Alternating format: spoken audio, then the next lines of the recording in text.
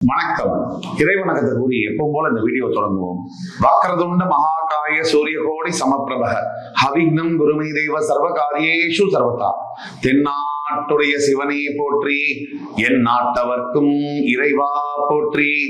அன்பர்களே, நண்பர்களே, இன்னைக்கு புத்தம் புதிய பொலிவுடன் இன்றையிலிருந்து 4K தொழில்நுட்பம், அல்ட்ரா HD தொழில்நுட்பத்தில் நம்மளோட சேனல்ல வீடியோஸ் வரப்போகுது.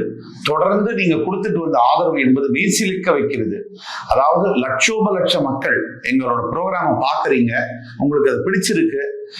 மற்ற எல்லா ப்ரோக்ராம்ஸை விட சில தரம் நல்ல உயர்ந்த அளவுல இருக்கு அப்படிங்கிற உங்களுடைய ஃபீட்பேக் உங்களுடைய பாராட்டுதலும் உங்களுடைய வாழ்த்துக்களுக்கும் என்னுடைய வணக்கங்களும் மரியாதையும். அதாவது நம்ம புத்தாண்டு பலன்கள் 2024 பிரத்யேகமான பலன்கள் வரிசையில மேஷம், ரிஷபம், மிதுனம் அதை நம்ம பார்த்தோம். இன்னைக்கு நம்ம பார்க்க போறது கடகராசி. கடகராசி காலபுருஷனுடைய 4ஆம் வீடு என்று சொல்லக்கூடிய கடகராசி. சந்திர பகவான் ஆட்சி பெற்று, செவ்வாய் பகவான் நீச்சம் பெற்று, குரு பகவான் உச்சம் பெறக்கூடிய கடகராசி. அந்த கடகராசி மிக சிறப்புடைய ராசி. 12 ராசிகளில் அதிகப்படியான தெய்வ பக்தி, நுணுக்கங்கள், தெய்வீக சிந்தனை இதையெல்லாம் உடையது எது அப்படின்னு பாத்தீங்கன்னா அது கடகராசி தான். கடகராசிக்கு 12 ராசிகளிலே மிகப்பெரிய சிறப்பு உண்டு. அந்த சிறப்பு என்னன்னு கேட்டீங்கன்னா, நான் சொன்ன மாதிரி முழு சுப கிரகமான குரு பகவான் அந்தனர், அதாவது தேவர்களுடைய குருவான பிரகஸ்பதி, அந்த தெய்வமான தட்சிணாமூர்த்தி சுவாமிகள் இந்த கடகராசியில உச்சம் பெறுகிறார். அப்பேற்பட்ட கடகராசி. செவ்வாய் பகவான் இங்கே நீச்சம் பெற்றாலும் கூட, அதாவது பஞ்சமஸ்தானம், இந்த ராசிக்கு 5ஆம் இடம் என்று சொல்லக்கூடிய விருச்சிக ராசிக்கு அதிபதியான செவ்வாய் தன்னுடைய பாக்கியத்துக்கு இடத்துல இருந்து பாக்கியஸ்தானத்துல எந்த கிரகமும் நீச்சமாக மாட்டாங்க. அதுல நீச்சமாகக்கூடிய செவ்வாய் ஜோதிடத்துல புதைந்திருக்கக்கூடிய பல லட்ச ரகசியங்கள்ல ஒரு ரகசியம் இது. தன்னுடைய 9ஆம் வீட்டுல எந்த கிரகமும் பெரும்பாலும் நீச்சமாக மாட்டாங்க. அப்படி நீச்சமாகக்கூடிய செவ்வாய் இங்கே நீச்சம் பெற்றாலும் திக்பலம் பெறுவார். அந்த அளவுக்கு செவ்வாய் சுபத்துவ பலன்களை கொடுக்க வல்லமை பெற்றவர். இந்த சந்திரன் மாதா காரகன் கடகராசிக்கு அதிபதியாக வருவதனால் பொதுவாக கடகராசியில் பிறந்த அன்பர்கள் தாயுள்ளம் கொண்ட நபர்களாக இருப்பது என்பது எளிது. அத்துணை பேருக்கும் நல்லவரா இருக்காருன்னு சொன்னா அவர் கடகம். ஏன்னா சந்திரனுக்கு எல்லா கிரகமுமே நட்பு கிரகம் தான், எதுவுமே பகை கிரகம் இல்லை. தாம் பெத்த குழந்தைகள்ல 10 குழந்தை இருக்கு. ஒரு அம்மா எந்த குழந்தைய நல்ல குழந்தை, இந்த குழந்தை கெட்ட குழந்தைன்னு வேறுபாடு பார்க்கறது இல்லை. அப்படி பார்க்கறவங்க அம்மாவுமா இருக்கவும் முடியாது. அப்போ இந்த கடகராசியில பிறந்தவர்கள் மற்றவர்கள ஒரு மதர்லி ஃபீலிங், அதாவது தாய் உள்ளத்தோடு அன்போடு நடந்து கொள்ள வல்லமை பெற்றவர்கள். ஒரு மைனஸ் பாயிண்ட்டும் இருக்கு. பாசிட்டிவா சொன்ன மாதிரி நெகட்டிவும் நம்ம சொல்லிதான் ஆகணும். கடகராசியில் பிறந்தவர்களுக்கு மற்ற ராசிக்காரர்கள் ஏதாவது கெடுதல் செய்தின்னு சொன்னா தன்னுடைய வாழ்நாள் கடைசி மூச்சு வரைக்கும் அதை மறக்கவே மாட்டாங்க. கடகராசியில் இருக்கவங்க வஞ்சம் என்பது மனசுலயே இருக்கும். கடகராசிக்காரர்கள் எளிதில் அதை வெளியில சொல்ல மாட்டாங்க. இப்போ கடகராசிக்காரர்களுக்கு இந்த வீடியோல இப்ப என்ன நடந்துட்டு இருக்கு, அடுத்து வரக்கூடிய புத்தாண்டு, ஆங்கில புத்தாண்டு 2024 என்ன எதிர்பார்க்கலாம், அதை எப்படி சமாளிக்கலாம், பிரச்சனை இருந்தால் அதை பத்தி பேசுவோம். கடகராசி 2024ஆம் ஆண்டு என்ன நடக்க போகுது அப்படிங்கிறதுக்கு முன்னாடி ஒரு சின்ன 3-4 புல்லட் பாயிண்ட். கடகராசிக்கு கடந்த ஜனவரி முதல், இந்த ஆண்டு ஜனவரி முதல் 3வது வாரம் முதல் சரியாக கடகராசி என்பவர்களுக்கு மிகப்பெரிய அளவுல சவால்கள். ஆல்ரெடி அவஸ்தையின் உச்சக்கட்டத்தில் இருக்கக்கூடிய அன்பர்கள் கடகராசி என்பவர்கள். ஏன் அப்படின்னு சொன்னா, அஷ்டம சனியுடைய ஆட்டம் என்பது கடகராசி என்பவர்களுக்கு வெச்சு செஞ்சிட்டு இருக்குன்னு சொல்லலாம். அப்படிப்பட்ட கடகராசி என்பவர்கள் என்ன கஷ்டப்படுறாங்க, தேவையில்லாத மனக்குழப்பங்கள், எல்லா உறவுலையும் பிரச்சனை. நல்லா பழகிட்டு இருந்தவங்க கூட உங்களை வெறுக்க ஆரம்பிச்சிருப்பாங்க. உங்களோட உறவுல இருந்து எப்படிடா பிரிஞ்சு போகலாம் அப்படின்ற எண்ணம் அவங்களுக்கு வந்திருக்கும். இந்த மாதிரியான விஷயங்கள்ல ரொம்ப உங்களுக்கு பிடிச்சவங்க கூட உங்களை வெறுக்கிறதுங்கிறது ஒரு எவ்வளவு மனசுக்கு உங்களுக்கு கொடுமையா இருந்தது அப்படிங்கிறது நாம சொல்லி தெரிய வேண்டியதில்லை. எல்லாத்துக்கும் மேல வேலை. ஒரு மனுஷங்க வேலை செய்யறாங்க, அந்த செய்யக்கூடிய வேலை போயிடுச்சுன்னு சொன்னாங்க, ஆதாரம், வாழ்க்கையுடைய ஆதாரம் என்பது அசைக்கப்படுது. செஞ்சிட்டு இருக்கிற வேலையில பிரச்சனைன்னு சொன்னா, அதாவது வேலையை நம்பிதான் பெண்டாட்டி, பிள்ளை, தன்னுடைய கௌரவம், அந்தஸ்து, தான் சாப்பிடக்கூடிய சாப்பாடுல இருந்து எல்லாமே அந்த வேலை தான். அந்த வேலையை நம்பி இருக்கக்கூடிய பல கோடி மக்கள்ல கடகராசி என்பவர்களுக்கு, பல கடகராசி என்பவர்களுக்கு வேலையில தொடர்ந்து பிரச்சனை. பல பேருக்கு வேலை போயிடுச்சு, ஒரு சில பேருக்கு வேலையில தொத்திட்டு இருக்காங்க. மரண அவஸ்தையோட தினமும் அதை தாங்க முடியாம அந்த வேலையிலேயே தொத்திட்டு இருக்காங்க. சில பேருக்கு வேலை போனவங்களுக்கு பொருளாதார நிலைமை அவுட்டு, மனைவி கிட்ட மரியாதை போச்சு. அப்போ ஒருத்தருக்கு வேலை போயிடுச்சுன்னு சொன்னா பெண்டாட்டி கிட்ட மரியாதை போச்சு. பெண்டாட்டி கிட்ட மரியாதை போச்சுன்னா பசங்க சத்தியமா பொண்டாட்டி பேச்சுதான் கேட்பாங்க. அப்பா பேச்சு கேட்கறது ரொம்ப குறைவான பசங்க தான். அவங்கள்ட்டையும் மரியாதையும் அன்பும் போச்சு. இவங்க 2 பேர்கிட்ட போச்சுன்னா குடும்ப வாழ்க்கை நரகம். இப்போ என்ன பண்றது? இது மாதிரி ஆயிடுச்சு. அஷ்டம சனினால உடல் உபாதை, அதாவது வியாதிகள், மரண அவஸ்தை. சம்பாதிச்ச காசெல்லாம் ஆஸ்பத்திரியில ஊசியை குத்தி அந்த டெஸ்ட், இந்த டெஸ்ட், வியாதி, அதுக்கு வைத்தியம்னு சொல்லி அது வேற கரைஞ்சிக்கிட்டு இருக்கு. 20 வருஷம் சம்பாதிச்சவங்க கூட இன்னும் ரொம்ப கடினமான நிலைமையில வாழ்ந்துட்டு இருக்காங்க அஷ்டம சனினால. இது எல்லாத்துக்கும் மேல கணவன் மனைவியுடைய தகராறு சாதாரண விஷயம், விவாகரத்து வரைக்கும் போய் நிக்குது. விவாகரத்து வரைக்கும் போகக்கூடிய காரணம் என்ன? விநாச காலே விபரீத புத்தி அப்படின்னு ஒரு பழமொழி உண்டு. நமக்கு நேரம் சரியில்லைன்னு சொன்னா நம்மளுடைய எண்ணங்களும் அந்த மாதிரியா தான் செயல்படும், தவறான முறையில செயல்படும். அப்படி செயல்படக்கூடிய எண்ணங்கள், தவறான எண்ணங்கள் இருக்கும் போது வாயில தவறான வார்த்தை வரும்.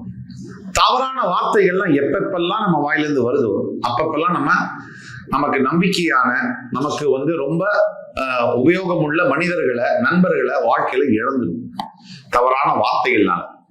15 வருஷமா ஃப்ரெண்டு சார், ஒரே வார்த்தை முடிஞ்சு போச்சு நட்பு, 2 பேரும் பிரிஞ்சாச்சு. 20 வருஷமா பொண்டாட்டி புருஷனா குடும்பம் நடத்துறோம், ஒரு வார்த்தை, மனைவி சொன்ன ஒரு வார்த்தை நம்ம நெஞ்ச தொலைச்சு எடுக்குது. கணவன் சொன்ன ஒரு வார்த்தை நம்மளோட இதயத்தை பிளக்குது. இது ஒரு காரணம். அடுத்தபடியாக அஷ்டம சனியுடைய வேலை என்ன செய்யும் சொன்னா, உடல் ஆரோக்கியத்துல கை வைக்கக்கூடிய சனீஸ்வர பகவான். உடல் ஆரோக்கிய மெயின். சுவர் இருந்தா தான் சித்திரம் எழுத முடியும். இந்த உடம்புங்கிறது பாத்தீங்கன்னா உடனே ரெஸ்பாண்ட் பண்ணாது. நம்ம செய்யக்கூடிய தவறுகள் அத்தனையும் பொறுத்துக்குது. கண்டதை சாப்பிடுறோம், கண்ட நேரத்துல தூங்குறோம், கண்ட பழக்கங்களை வச்சிருக்கோம், எல்லாத்தையும் உடம்பு சகிச்சுக்குது.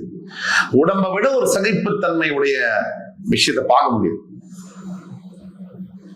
அப்படி சகித்து கொண்டிருக்கக்கூடிய உடம்பானது ஒரு சமயத்துல, ஒரு காலகட்டத்துக்கு பிறகு நம்ம மேல திருப்பி அடிக்குது. அந்த உடல் உபாதைகள் 30 வயசுலயும் வரலாம், 35 வயசுலயும் வரலாம், 40 வயசுலயும் வரலாம், எப்ப வேணா வரலாம். அப்படி வரும்போது எந்த நேரத்துல வரும் அப்படிங்கறத நீங்க பாத்தீங்கன்னா, நல்லா இருக்கிற டைம்ல வராது.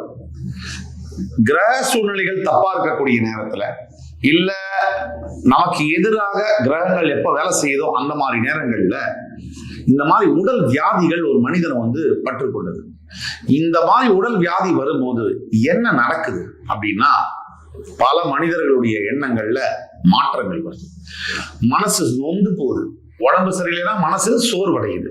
காசு பறந்து போகுது, கரைஞ்சு போகுது. குடும்பத்துல நீங்க எவ்வளவு பெரிய ஆளாவனா இருக்கலாம் சார், நீங்க பெரிய படிப்பு படிச்சிடலாம், நீங்க மிகப்பெரிய வேலையில இருக்கலாம், நீங்க மிகப்பெரிய பதவியில இருக்கலாம், ஆனா உங்களுக்கு உடம்பு சரியில்லைன்னு சொன்னா அப்பதான் உங்களுக்கு உண்மை, அந்த ரியல் கலர் அப்படிங்கிறது தெரிய வரும். நீங்க ஆசையா நகை வாங்கி கொடுத்த மனைவி, நீங்க ஆசையா புடவை வாங்கி கொடுத்த மனைவி, நீங்க ஆசையா வீடு காருன்னு பார்த்து செஞ்ச மனைவி, குழந்தைங்க ஒரு வாரத்துக்கு மேல உங்களை பார்த்துக்க மாட்டாங்க. இதுதான் யதார்த்தம். அப்படியே பார்த்துக்கிட்டாலும் அவங்களுக்குள்ள ஒரு சலிப்பு வரும். இதுதான் உண்மை. வரலாறுல உங்களை விட லட்சம் மடங்கு உயரத்தை எட்டியவர்கள் வாழ்க்கையில உடம்பு சரியில்லாம படுத்தும் போது அவங்க எழுதின வார்த்தைகள் இதுதான். நான் சம்பாதிச்ச பணமும் நான் சம்பாதிச்ச பேரோ என் கூட வரல சார். ஆனா நான் என் மனைவியோடையும் என் குடும்பத்தோடையும் நல்லபடியா செலவழிச்ச அந்த ஞாபகம் மட்டும்தான் சார் எனக்கு மிச்சம் அப்படின்னு சொன்னது ஆப்பிள் கம்பெனியுடைய சிஇஓ ஸ்டீவ் ஜாப்ஸ். ஆக நீங்க எவ்வளவு பெரிய உயரத்தை எட்டினாலும் அந்த மனைவி கூட வரதில்லை, இப்போ அந்த குழந்தைய கூட வரதில்லை. அப்ப உடல் ஆரோக்கியத்துல சனீஸ்வர பகவான் அஷ்டம சனி காலகட்டத்துல நம்மளை வாட்டி வதைச்சிட்டு இருக்காரு. இந்த கடகராசி என்பர்கள் அவஸ்தைப்பட்டு இருக்கீங்க பல வகையில. நான் சொன்னேன், பணம் கடன் கொடுத்து இல்ல பணம் பரிவர்த்தனையில அவஸ்தைப்பட்ட கடகராசி என்பர்களை எடுத்தீங்கன்னா லட்சம் பேர் இருப்பாங்க. அதாவது ஒரு உதாரணம் சொல்றேன் உங்களுக்கு. சமீபத்துல ஒரு கடகராசி அன்பர் எங்கள்கிட்ட கன்சல்டேஷனுக்கு வந்தார். அவருடைய ஜாதகத்தை பார்த்தேன். கோச்சார நிலைமையில அஷ்டம சனியும் இருக்கு, அது ஒரு பக்கம். ஆனா அவர் படக்கூடிய துன்பங்கள் அந்த அஷ்டம சனினால என்னன்னு கேட்டீங்கன்னா, வியாபாரம் படுத்துருச்சு. ஒரு 200 கோடிக்கு வியாபாரம் செய்துகிட்டு இருந்த ஒருத்தர் ஒரு 20 லட்சம் ரூபாய்க்கு சிங்கி அடிக்கிறார். மனைவியும் குழந்தையும் ஒரே ஒரு பொண்ணு விட்டுட்டு போயிட்டாங்க. பங்களால தனியா இருக்காரு. அந்த பங்களா அவங்க இருந்த போது கம்ப்ளீட்டா சுத்தமா கலையோட ஒரு அழகோட அப்படி ஒரு ராஜா மாதிரி வாழ்க்கை வாழ்ந்துங்க. மனைவியும் குழந்தையும் ஃபேமிலி பிரிஞ்சப்புறம் அந்த பங்களாவை சுத்தம் பண்ற ஆள் கூட 2 நாளைக்கு ஒரு தான் வராங்க அப்படின்னு சொன்னாரு. குப்பை மாதிரி இருக்கான் வீடு. ஒண்ணு, வியாபாரம் போச்சு. ஆபீஸ்ல இவருக்கு மரியாதையும் போச்சு. ஏன்னா இவருக்கு 2 மாசம் ஆபீஸ்ல இவருக்கு மரியாதையும் போச்சு. ஏன்னா இவருக்கு 2 மாசம் இவர் சம்பளம் பாக்கி. அப்ப இவர் யார் மதிப்பாங்க? ஓஹோன்னு ராஜா மாதிரி வாழ்ந்துட்டு இருந்தவர். நல்ல பணம், பேர், புகழ், வண்டி, வாகனம், வீடு, மரியாதை இருந்தவர் இந்த அஷ்டம சனியினால தொப்புன்னு கீழே விழுந்து தரமட்டம் ஆயிட்டார். இது என்ன காரணம்? கிரகங்கள், இறைவன், நம்ம படைத்த இறைவன் அந்த சனீஸ்வர பகவான் 7.5 சனியாகவும் அஷ்டம சனியாக 2.5 ஆண்டுகளும் மக்களை வாட்டி வதைக்கிறான். நீங்க செய்த கர்மா நல்ல கர்மாவா இருந்ததுன்னா, அஷ்டம சனியா இருந்தாலும் சரி, அது 7.5 சனியா இருந்தாலும் சரி, உங்களுக்கு நல்லது மட்டும்தான் நடக்கும். நீங்க செய்யற கர்மா தப்பா இருந்ததுன்னா உங்களை சனி பகவான் 7.5 சனியின் போதும் அஷ்டம சனியின் போதும் வாட்டி வதைக்கிறார். இதுதான் உண்மை. இப்போ இந்த பிரச்சனைகள்ல கடகராசி என்பவர்கள் மாட்டிட்டு இருக்காங்க. புத்தாண்டு 2024 என்ன நடக்கும் கேட்டீங்கன்னா, கடகராசி என்பவர்களுக்கு ஏப்ரல் 5ஆம் தேதி 2024 கிட்டத்தட்ட குரு பயிற்சி வருது. முக்கியமான 2 நிகழ்வுகள் ஒன்று குரு பயிற்சி, ஒன்று சனி பகவான் ஜூன் மாதம் வக்ரகதி அடைந்து கும்பராசியிலேயே வக்ரகதி அடைந்து மறுபடி நேர்கதி நவம்பர் மாசம் பெறுவார். இந்த 2 நிகழ்வுகளையும் முக்கியமான நிகழ்வுகளா எடுத்துக்கிட்டு உங்களுக்கு வாழ்க்கையில அடுத்த ஆண்டு என்ன நடக்கும் அதை பத்தி தான் பேசப்படும். இப்ப முதல்ல என்ன நடக்கும்? குரு மேஷ ராசியிலிருந்து ரிஷப ராசிக்கு பெயர போறார். உங்களுடைய ராசியில உச்சம் பெறக்கூடியவர் உங்களுடைய லாபஸ்தானத்துல உட்கார போறார். அதாவது சர லக்னத்துக்கு 11ஆம் இடம், எல்லா லக்னத்துக்கும் லாபஸ்தானம் தான். சர ராசி நீங்க கடக ராசி, உங்களுக்கு 11ஆம் இடம் பாதகஸ்தானம்னு சொன்னாலும் கூட அங்க குரு உட்காருவார். குரு ரிஷபத்துக்கு ஆகாதவர் அப்படிங்கிற பட்சத்துல வேலை செய்யற இடத்துல சிக்கல்கள் இருந்தாலும் கூட குரு தனகாரகன் என்பதனால் அவர் லாபஸ்தானத்தில் உட்காருகிறார் என்பதனால் பண மழை பொழியும். ரிஷப ராசிக்கு எவ்வளவு நல்லதோ, குரு நல்லது இல்லையோ, கடகராசிக்கு அப்படியே அது பாசிட்டிவா வரும். கடகராசி என்பர்களுக்கு இந்த 11ஆம் இடத்துல குரு பகவான் பயிற்சி ஆகும் போது உச்ச நிலையை, பண பரிவர்த்தனையை, பொருளாதார நிலையை தொடும். நினைத்தே பார்க்க முடியாத அளவிற்கு பணம் சேரும். 2, எல்லோருக்கும் சேருமா? இந்த வீடியோவை பார்த்து கொண்டு இருக்கக்கூடிய கடகராசி 4 கோடி பேர் இருக்காங்க. அத்தனை பேருக்குமா சார் பணம் வரும்? சத்தியமா அத்தனை பேருக்கும் வராது. குறிப்பிட்ட, அதாவது 75% பேருக்கு பணம் வரும். 25% பேருக்கு பணம் வராததுக்கு காரணம் அவர்களுடைய சொந்த கர்மா, பிறப்பு ஜாதகம் அங்க பேசும். 2வது பாயிண்ட் என்னன்னா, உங்களுடைய பிரிந்த உறவுகள், கடகராசியை விட்டு பிரிந்த உறவுகள் அஷ்டமசனி காலகட்டமாக இருந்தாலும் அவர்களோட இணையக்கூடிய ஒரு மிகப்பெரிய வாய்ப்பு கிடைக்கும் அடுத்த ஆண்டு புத்தாண்டுல இருந்து. அந்த வாய்ப்பை நீங்க பயன்படுத்திக்கணும். 3, குழந்தையின் மேல் அக்கறை உள்ள புத்திரர்கள், குழந்தை பையன் பொண்ணு இவங்க மேல அக்கறை இருக்கு. அந்த பையனுக்கு கடகராசி, பொண்ணுக்கு கடகராசினா அவர்களுடைய கல்வியில் மேன்மை வரும். அதாவது நல்ல மார்க் எடுக்கிறது, நல்ல பர்சன்டேஜ் எடுக்கிறது, நல்ல ஒரு நிலையை அடைகிறதுன்ற மாதிரி அந்த கல்வியில மிகப்பெரிய மேன்மை அடையக்கூடிய தன்மை கண்டிப்பாக வரும். அடுத்தபடியாக வெகு வருஷங்களாக நெடு வருஷங்களாக தாய் தந்தையை பிரிந்திருக்கக்கூடிய மகன்கள் மகள்கள் கடகராசியில் இருக்கீங்கன்னு சொன்னா உங்க அப்பா அம்மாவை நீங்க திரும்பி போய் சேர்ந்து அவங்களோட வாழக்கூடிய ஒரு சந்தர்ப்பம் கடவுள் உங்களுக்கு கொடுப்பார். இந்த 4 விஷயம் இருக்கு. சனியுடைய வக்ரகதி காரணமாக கடகராசிக்கு 8ஆம் இடத்தில் இருக்கக்கூடிய சனி வக்ரம் பெறுவது விபரீத ராஜயோகத்தை கொடுக்கும். அதாவது நினைச்சே பார்க்க முடியாத டிராவல், வெளிநாட்டுக்கு டிராவல் செய்வது, வெளிநாட்டுகளை தொடர்பு, வெளிநாட்டுகளை கல்யாணம் பண்றது, வெளிநாட்டுல படிக்க போறது, வெளிநாட்டுல வேலை பார்க்கறது, டூர் போறது, நினைச்சு பார்க்க முடியாத பல லட்சியம் இருக்கும். இந்த நாடை போய் நான் என் வாழ்க்கையில பார்ப்பேனா, இந்த இடத்தை போய் நான் இந்த வாழ்க்கையில பார்ப்பேனா, அது நடக்கும். இதே அஷ்டம சனி காலகட்டத்தில் நடந்தே தீரும். அடுத்தபடியா சனி வர்க்கர நிவர்த்தி ஆகும் போது ஜாகிரதையா இருக்கணும். நிலம் வாங்குவது, வாகனம் வாங்குவது, பொருளாதாரம், ரியல் எஸ்டேட் தொழில் இருப்பவர்கள், ஹோல்சேல் டீலர்ஷிப் செய்பவர்கள் எல்லாம் ஜாகிரதையா இருக்கணும். ஆக இது ஒண்ணு. இதுக்கு என்ன சொல்யூஷன் குறிப்பிட்டு சொல்றேன். 3 சொல்யூஷன் எழுதி வச்சுக்கோங்க. பாயிண்ட் நம்பர் 1, திருநள்ளாறுல இருக்கக்கூடிய தர்பாரண்யேஸ்வரர் சிவ சனீஸ்வர பகவானை சென்று தரிசனம் செய்து வஸ்திர தானம் செய்ய வேண்டும். 21 பேருக்கு, ஆணுக்கோ இல்ல பெண்ணுக்கோ வஸ்திர தானம் செய்ய வேண்டும். அதே மாதிரி உணவு அளிப்பது, ஒரு 100 பேருக்கு சாப்பாடு போடுறது, 50 பேருக்கு சாப்பாடு போடுறது, இது 2வது பரிகாரம். இதை செய்யலாம். 3வது என்னன்னா, வீட்டிலேயே இருந்து செய்யக்கூடியது, வீட்டை சுத்தமா வச்சுக்கணும். வீட்டுல கெட்ட வார்த்தைகள் பேசவே கூடாது. விளையாட்டுக்கு கூட நீ நல்லா இருக்க மாட்ட, நீ நாசமா போயிடுவ, உனக்கு நல்லது நடக்காது, இந்த வார்த்தைகளை பேசினா அது அப்படியே பலிக்கும் அஷ்டம சனி காலகட்டத்துல. ஆக நல்லதையே பேசி பழகுங்கள், நல்லதையே நினைங்கள், நல்லதையே செய்யுங்கள், உங்களுக்கு நல்லதே நடக்கும் என்று கூறி அடுத்து வரும் காணொலியில் மறுபடியும் உங்களை சந்திக்கும் வரை உங்களிடமிருந்து விடைபெறுவது உங்கள் ஜோதிட கலாநிதி சுபாஷ் பாலகிருஷ்ணன். நன்றி, வணக்கம், வாழ்க வளமுடன்.